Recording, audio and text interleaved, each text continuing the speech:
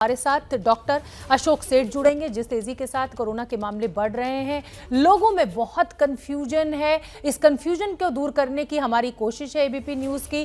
Fortis escort heart institute के chairman doctor Ashok सेठ हमारे साथ मौजूद हैं। डॉक्टर अशोक, बहुत बहुत धन्यवाद, आपने हमारे लिए समय निकाला। मेरा सबसे पहला सवाल यही है कि बहुत कंफ्यूजन है लोगों में इस कोरोना को लेकर, क्या ट्रीटमेंट करना है, कब सीटी स्कैन कराना है, क्या दवा खानी है। मैं चाहती हूं आप आसान शब्दों में हमारे दर्शकों को समझा दें। तो मैं आसान शब्दों में समझाऊंगा और सिंपल रखूंगा जी। देखिए, कोरोना या कोविड एक कॉमन फ्लू की तरह है। सिर्फ कुछ लोगों में ये ज़्यादा सीवियर टर्न लेता है और लोगों को काफ़ी ड्यूरिंग द लाइफ हो चुका होता है, ज़ुकाम, सर्दी, खांसी वगैरह। ना ये सिम्टम्स जो होते हैं इस टाइम पे, अगर किसी को बुखार हो, सर्दी हो, खांसी हो, कुछ लोगों को लूज मोशंस भी शुरू हो जाते हैं, या हेडेक और बॉडी एक, जो कि हम फ्लू के सिम्टम्स कहते हैं, वो कहते हैं कि ये माइल्ड सिम्टम्स हैं। ज़्यादातर 90% लोगों को ये माइल्ड सिम्टम्स ही होंगे और हमें समझ लेना चाहिए कि ज़रूरी नहीं है कि हर कोविड वही दहशत रूप लेता है जो आप अक्सर विजुअल्स में देखते हो या सोचते हो।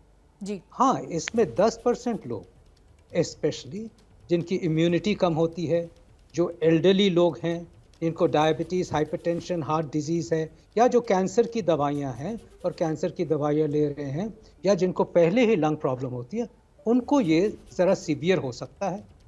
उन सीवियर जो 10% में होता है, 5% को ऑक्सीजन, वेंटिलेशन वगैरह की ज़रूरत पड़ सकती है।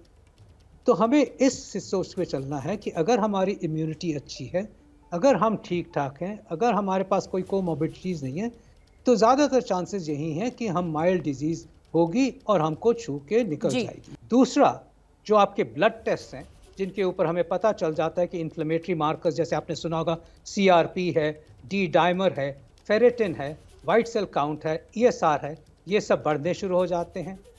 फाइनली तीसरा होता है कि ऑक्सीजन की कमी, और चौथा होता है जब हम पेशेंट लगता है कि सीरियस हो रहा है, हमें कंफर्मेशन चाहिए क्योंकि हमने ट्रीटमेंट अपनी चेंज करनी है, हमने ट्रीटमेंट अपनी बढ़ानी है, हमने स्टेरॉइड्स या रेमडेसिविर की ऐड करना है, तो हम सीटी स्कैन करते हैं। तो ये ना समझें कि CT scan is diagnosis in lieu of RTPCR.